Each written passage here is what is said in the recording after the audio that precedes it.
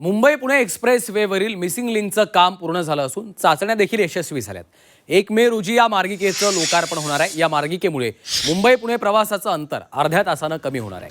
मुंबई ते पुण्यादरम्यान यशवंतराव चव्हाण महामार्गावरून सध्या खंडाळा घाटातनं प्रवास करावा लागतो। या ठिकाणी अनेकदा वाहतूक कोंडी होते। लोणावळा खंडाळा परिसरात पर्यटनासाठी जाणाऱ्या नागरिकांनाही अनेकदा या वाहतूक कोंडीमध्ये कित्येक तास अडकून पडावं लागतं। मात्र मिसिंग लिंकमुळे या सर्व जाचातून आता वाहन चालकांची सुटका होणार आहे।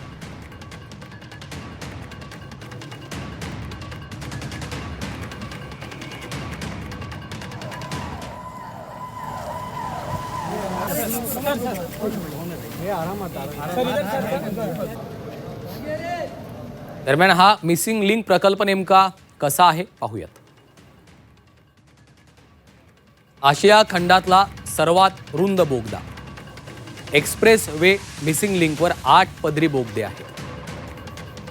या प्रकल्पाचा खर्च 6,695 कोटी रुपये। 13.3 किलोमीटर लांबीचा हा प्रकल्प आहे। खोपोली एक्झिट ते कुसगाव या दरम्यान हा प्रकल्प आहे।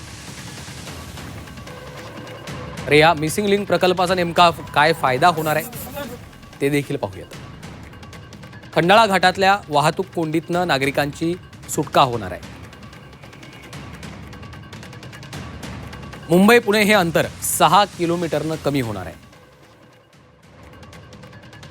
प्रवाशांच्या वेळेची देखील त्यामुळे बचत होणार आहे।